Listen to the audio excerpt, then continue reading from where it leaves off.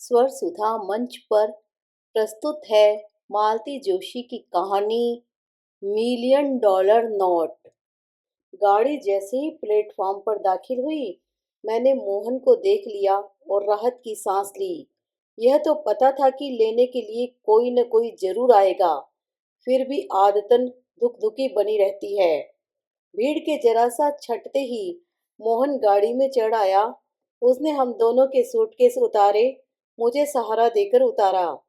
अरे, हम तो सोच रहे थे कि तुम छोटे सरकार को लेकर आओगे, इन्होंने गाड़ी में बैठते हुए कहा। वो अभी स्कूल से लौटे नहीं थे, मोहन ने विनम्रता से कहा। तभी, नहीं तो क्या वह तुम्हें आने देता? बुरी तरह मचल जाता। मैंने इन्हें भी डपट दिया। वह बेचारा सामान देखेगा, हमें उतारेगा कि बच्चे को देखेगा? कैसी तो भीड़ होती है, देख नहीं रहे हैं? दरअसल पापा जी छोटू से मिलने के लिए बेचैन हो रहे हैं, मोहन ने गाड़ी स्टार्ट करते हुए कहा। बेचैन तो हो रहे हैं, पर यह होश नहीं है कि बिना टैक्स चुकाए वह घर में भी नहीं घुसने देगा, दरवाजे पर ही लौट जाएगा। तुम भी कमाल करती हो, मौका बेमौका तो देखा करो।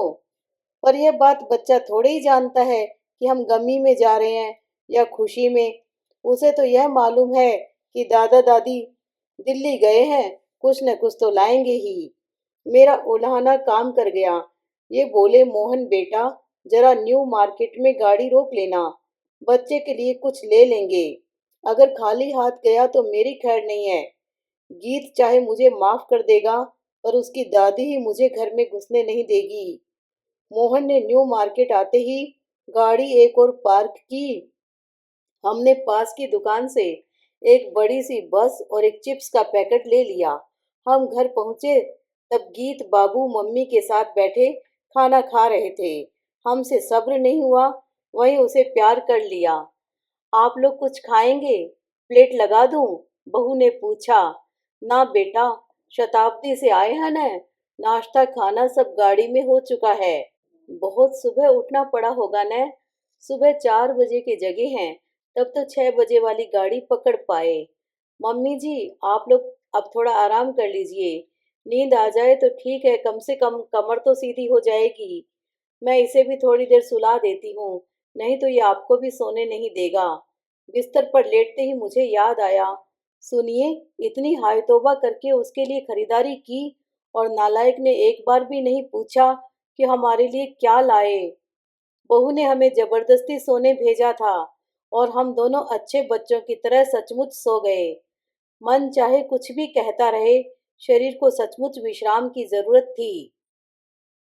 बहू जब हमारी चाय लेकर आई तब शाम के 5 बज रहे थे। अरे, इतनी देर हो गई और हमें पता भी न चला, मैंने झेंपते हुए कहा। गीत क्या अब तक सो रहा है? नहीं, वह तो कब का दूध पीकर खेलने चला गया। इन्हें बड़ी निराशा हुई। बोले, हमें लगा कि वह हमें जगाने आएगा। आया तो था, पर आप लोग इतनी गहरी नींद में थे कि मैं उसे चुपचाप बाहर ले आई और दरवाजा उड़का दिया। शाम ढले वह घर लौटा। हम लोगों के साथ थोड़ी मस्ती की, पर एक बार भी नहीं पूछा कि मेरे लिए क्या लाए। आखिर मुझसे रहा नहीं गया।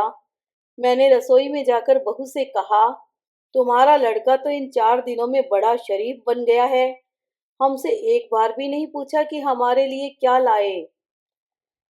गीत पास ही था, मुंह फुलाकर बोला, मम्मी ने मना कर दिया था।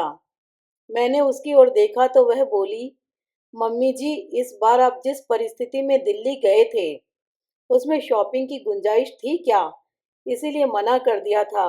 और वैसे भी मम्मी जी, इसकी यह आदत छुड़ानी पड़ेगी, कभी कभी ऑकवर्ड पोजीशन हो जाती है। आपकी एब्सेंस में इनके चेन्नई के एक कोलिग खाने पर आए थे, उन्हीं से पूछ बैठा।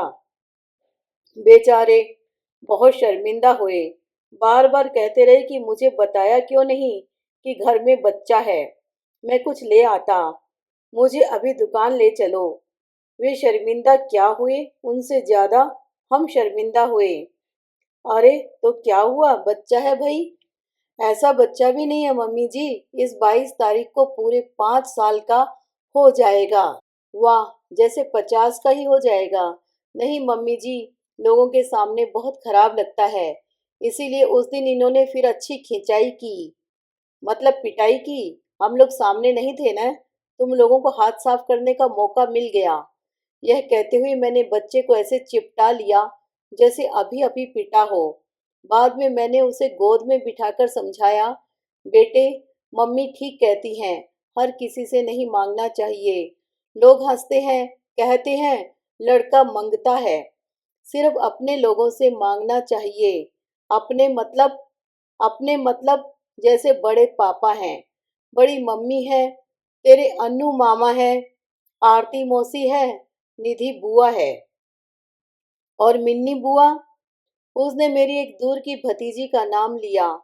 नहीं बेटा, मिन्नी बुआ से नहीं। क्यों? वह भी तो बुआ है, पर वह जरा दूर की बुआ है। दूर की कहाँ, वह तो पास में रहती है, भोपाल में। दूर की तो निधि बुआ है, दिल्ली में रहती हैं।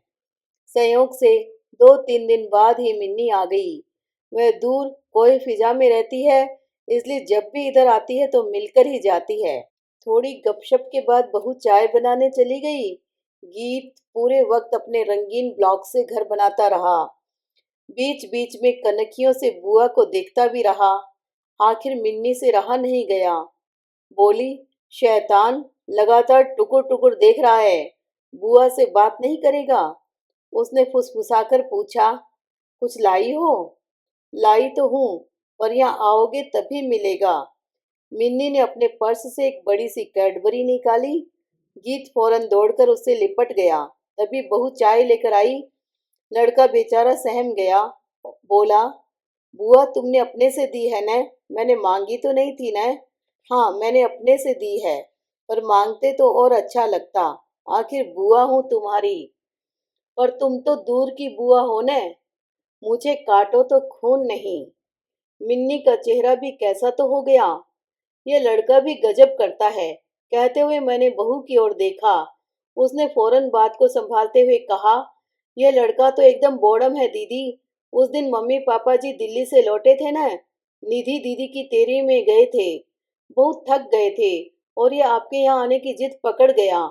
मम्मी जी बोली, बेटा, मिन्नी बुआ का घर बहुत दूर है। तो बोला, दूर तो निधि बुआ का घर है, दिल्ली में। मिन्नी बुआ का तो घर पास में है। He is simply impossible. Minni के चेहरे से ऐसा नहीं लगा कि वह इस सफाई से आश्वस्त हुई हो। उधर गीत महाराज के होंठ भी कुछ कहने के लिए फड़फड़ा रहे थे, तो बहू ने बात का रुख ही बदल दिया। हाय दीदी, आपका पर्स कितना प्यारा है। भोपाल का तो नहीं लगता? पिछले महीने बम्बई गई थी, वहीं से लाई हूँ। वही तो, अलग ही लग रहा है। मेरी तो नीयत डोल रही है। अरे, तो नीयत खराब करने की क्या जरूरत है, ऐसे ही ले लेना। दीदी मैं बहुत लालची हूँ, 2 बार कहेंगी तो सचमुच ले लूंगी। मुझे डरा रही है। चल ये पर्स तुझे दिया। और सचमुच मिन्नी ने पर्स नेहा को पकड़ा दिया। उसने नाटकीय ढंग से ननद के पांव छू लिए। थैंक यू दीदी, अब यह पर्स मेरा हो गया न, मैं सामान के। हाँ, बस मेरी चाबियां और ड्राइविंग लाइसेंस दे दे, बाकी सब तेरा। और इस लड़की को मैं दूर की बुआ बता रही थी। मुझे अपने पर ही शर्म हो आई।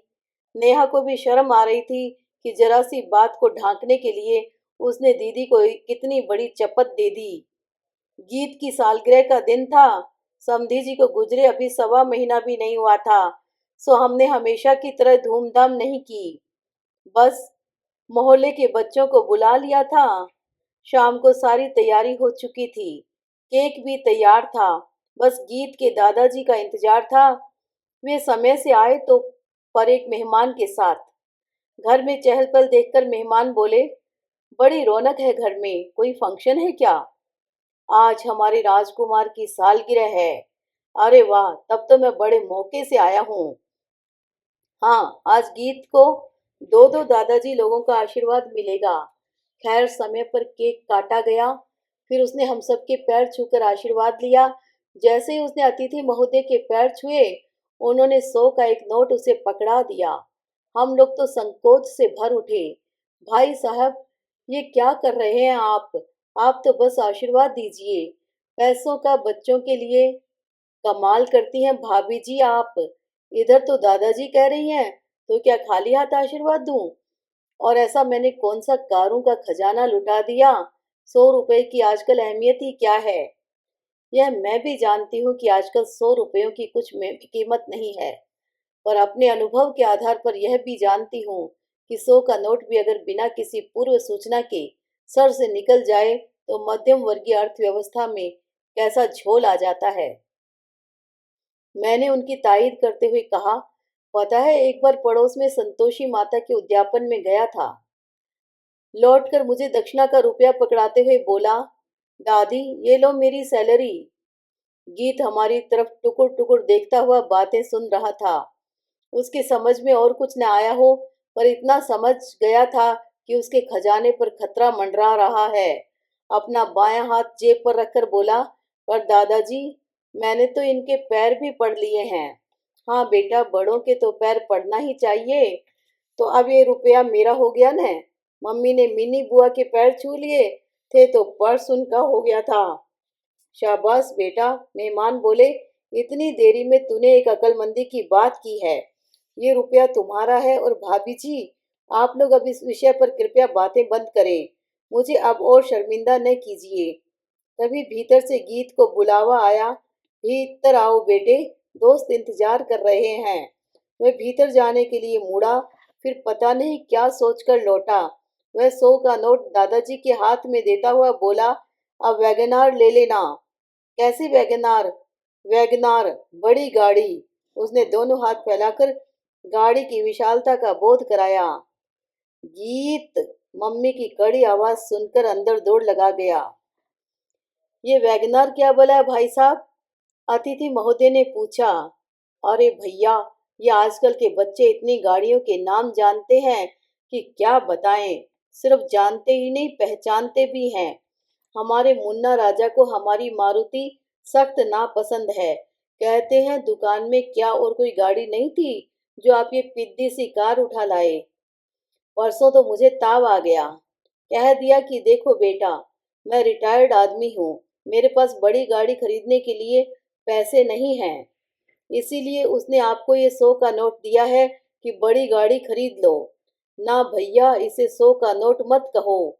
इन्होंने प्यार से उस नोट को सहलाते हुए कहा, मेरे लिए तो अब यह $1,000,000 नोट हो गया है।